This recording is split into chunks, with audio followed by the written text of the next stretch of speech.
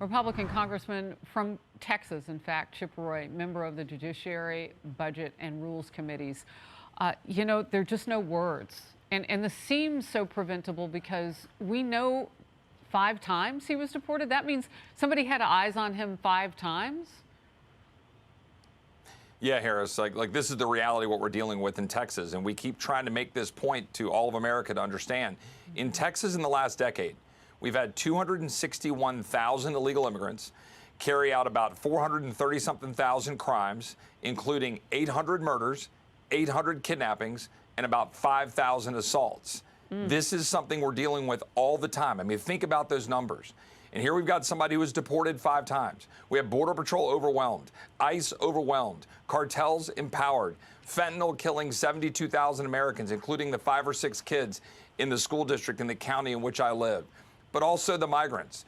Let's remember this 8-year-old, 9-year-old boy. Some people are saying, oh, these are the illegal immigrants who were killed in this house. I don't know if I think one might have been a citizen. That doesn't matter. This is an 8-year-old boy, a 9-year-old boy. Like, what are we doing? In the most powerful country in the history of the world, we're allowing this to occur.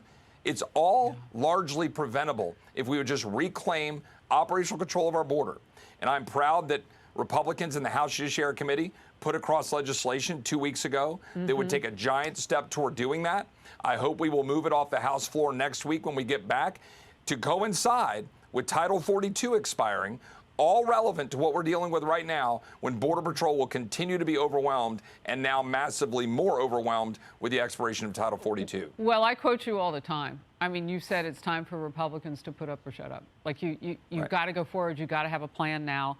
And with regard to how many, 261,000 committing more than 400,000 crimes, should we be shocked? The initial crime is coming around those checkpoints and entering our country illegally. When are we going to admit that that's a crime, and at least see it as one, on perhaps a roll of 1, 2, 3? Unbelievable he was deported 5 times and still here. Okay, let's talk money. House Republicans have had it with the cold shoulder from the president, although I think he's showing you something quite different. He's still refusing to negotiate with you.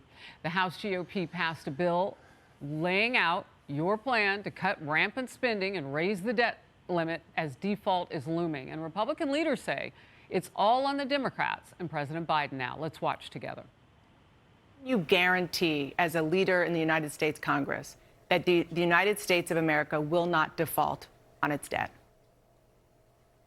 I can, assuming that our president and the Schumer Senate recognize the gravity of the problem. The White House needs to ultimately get into this negotiation. The president's been in hiding for 2 months. That's not acceptable to Americans. They expect the president to sit in a room with Speaker McCarthy and start negotiating.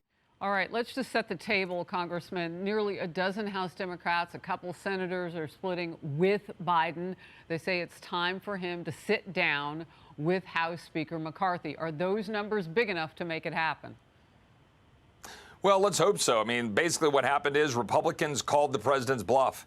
The president was trying to bury his head in the sand. He was fiddling while America is burning with rampant inflation and spending money we don't have, causing all manners of problems for the American people. And we delivered.